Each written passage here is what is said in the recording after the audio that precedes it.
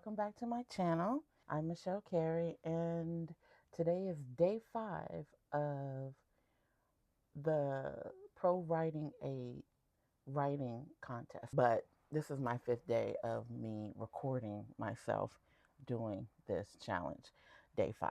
Okay, so to recap, where are we? We have the contest is up to 5,000 words, the beginning of a manuscript. I am currently about 1,900 and I think 78 words in. So I have about 3,000 something odd words to go. I capped myself because you can have between 4,500 and 5,000, but I believe I capped myself at 4,600 and an overrun of, yes, just to make sure, just to give me some leeway. Yesterday, I was really exhausted. I wasn't sure that I was going to be making a video, but I did it. And I finished out with, because I didn't even think I was going to get to the 400 words. I have a daily goal of 400 words. I didn't even think I was going to get there, but I ended up getting to almost 700 words. I finished the rest of the scene off camera. So today, where we have started, is that was chapter 2, scene 4. Now we're going to go into chapter 3, scene 5.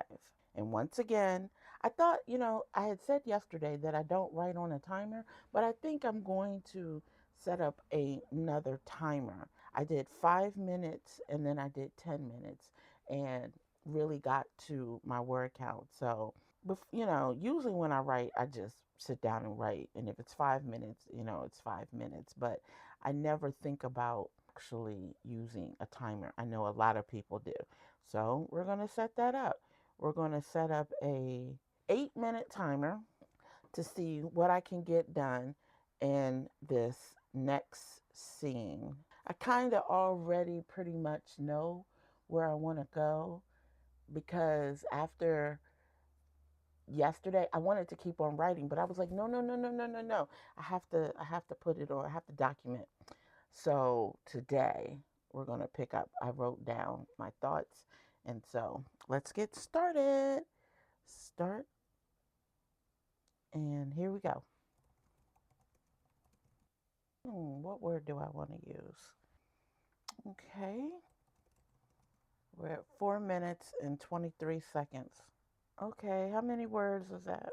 230. So we're at 230 words off of that one session. Okay. Yesterday we were reading from my book, Creative Courage. And let's see here. Let's just pick out an area. Let's talk about imposter syndrome. Imposter syndrome hits different at 40. You know that voice that whispers, who do you think you are when you sit down to create something? At 40 plus, that voice has gotten a PhD in psychological warfare. How many times have I ever felt? I don't feel it as much now that I'm retired. I used to feel it a lot when I was working. And when you're in working situations, people, people and their complexities and the things that they bring to the office, how they bring their problems, because maybe they got problems with their family, a spouse, a relative, mother, father, problems with friends, problems with acquaintances, and then they come to work thinking that they've left those problems wherever they are, but they're not, because then they get all testy in meetings and things of that nature. Oh my God, I'm so glad I have been set free from that. A year ago, if you would have asked me about, I was scared. I was scared when I was thinking about retiring and them telling us that you may not have a position. And if you do have a position, did I have the knowledge, skills, and abilities to actually do that position? Or would I have been demoted from my grade, which would have made eventually less money if I would have stayed? Like, how would have things shaken out? And a lot of people were making decisions very, very quickly. I didn't take a lot of thought. I didn't sit there and think, oh, what is the money going to look like? Like, I knew it was going to be less, but I wasn't like, oh my God. Um, I just made the decision. I was like, no, I'm not going to be doing this. I'm going to go full throttle on being an author. You know, I don't want to be here doing this. I don't want to deal with these people. I don't want to meet on the meeting because we have another meeting next week.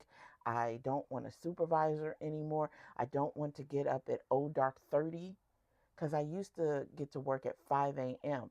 and I would wake up at 3 o'clock in the morning, get myself together. My lunch, all of that stuff, everything was already made. All I would have to do was get in the shower, take my hair down. I already planned out my outfit and leave by 4 o'clock, 4:15.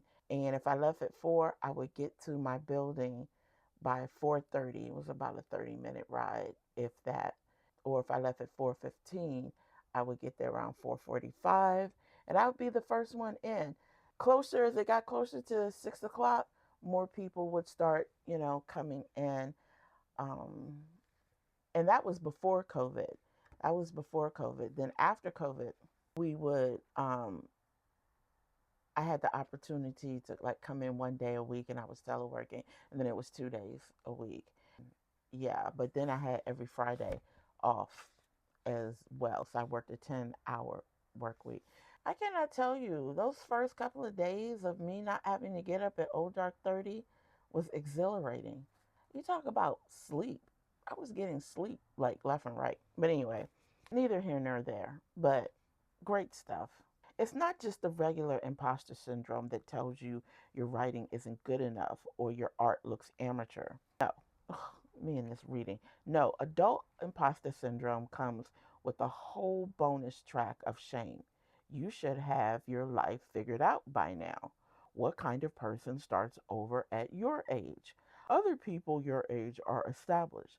They have 401k statements and matching dinnerware sets. Thinking about when I wrote this, I'm blessed because I have a pension, so I didn't have to deal with the 401k kind of stuff.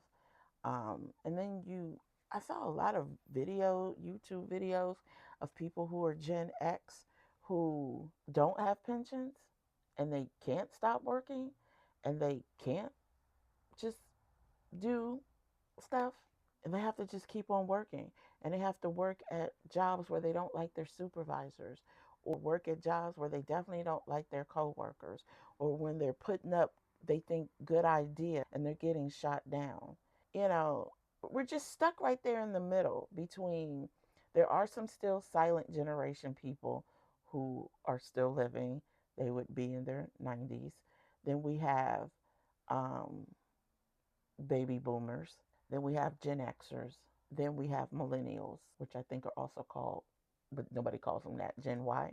Then we have Gen Z, the alphas and the betas, or whatever. And Gen X is just like right there. Nobody really cares about us. I'm really feeling bad for some of my Gen Xers out there. But anyway, I say here in the book, I felt this acutely when I first considered posting my writing on Medium. I'd scrolled through the stories, story after story, written by people who seemed to have it all figured out. Their author bios listed impressive credentials, their pieces had thousands of claps, and their confidence practically radiated off the screen. Meanwhile, I was sitting there with my draft open, reading it for the 100th time, convinced it sounded stupid. I was afraid of being exposed once I published. Who am I to think anyone wants to read this? I kept thinking. Here's what I wish I'd known then. The uncertainty doesn't disqualify you. In fact, at our age, admitting you don't know everything is a superpower. As I sit here, I think I'm going to be using this, my own book, of course, as encouragement as I continue to write for this contest. Okay, we did 8 minutes, went over. Let's do another 8 minutes, and then we're done. Because I'm already at 230 words. If I add another 230 words, that'll put me at 460, and we are good. Let's start. Let's go. Boom. Let me save this to be. No, I don't want to use that name. That's the one thing I always have trouble with. I always have trouble with names. I can never, ever, ever get good names. I have to always look up a name because otherwise I would just keep going back to the same names over and over again. Oh, I need a male name, an older gentleman male name. Let's go out to the internet. Okay, let's go to Google. Older male names. Let's go with a K. Let's start with a K. No, an older guy's name is not Knox, not Kai, not Khalid. Uh, that seems Gen X's, but we got to go back a little further. No, no, no. I need a Kane. I need older male names that start with a K from the 60s. I got 24 seconds. Top names of the 60s: Michael, David, John, James, Robert, Mark, William, Richard, Thomas, Jeffrey, Stephen, Joseph. Okay, okay. Todd, Patrick, George, Keith. Keith and Ida? Oh, my time is up. Keith? I said a K name, right? Roger, Steve, Alan. Name is Ida. Okay, let's do Jimmy. And Ida. Common last name. Let's go with the 1800s. Victorian last names: Roberts, Watson, Robertson, Shaw, Cooper, Baker, Brown, Green, Jones, Price, King, Lewis. I'm going to go with Martin because then that gives my main character an alliteration.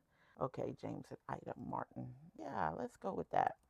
Okay, we ended up with 502 words. But I think tomorrow I'll just pick up more on this scene. 502 words. That's good.